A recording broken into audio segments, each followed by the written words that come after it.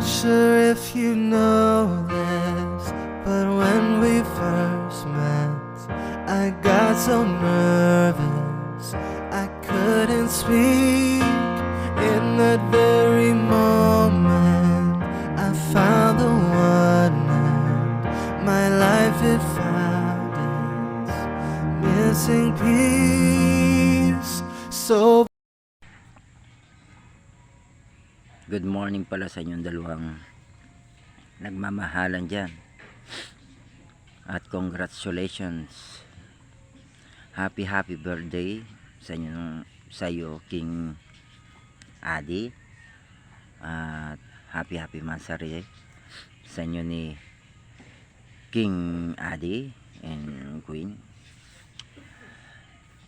Sana pagpatuloy niyo pa ang inyong pagmamahalan panghabang buhay, at sana tiwala lang kayo sa sarili nyo.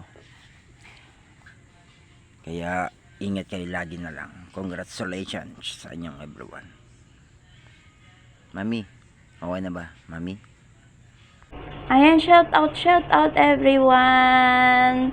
Isa-shoutout ko muna po si Mami Angel, si Dada Demon, at siyempre po ang birthday girl ngayon, si kapatid Queen. Happy more birthday kapatid. Enjoy your day and God bless. And happy 8th mansari din po sa inyong dalawa ni Otol King. Naway tumagal pa ang inyong relasyon.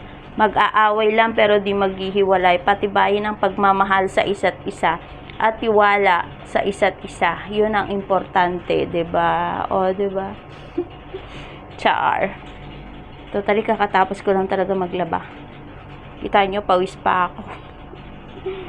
Dahil nag-message si Mami Angel na kailangan magbigay ng greeting sa kapatid kong si Queen.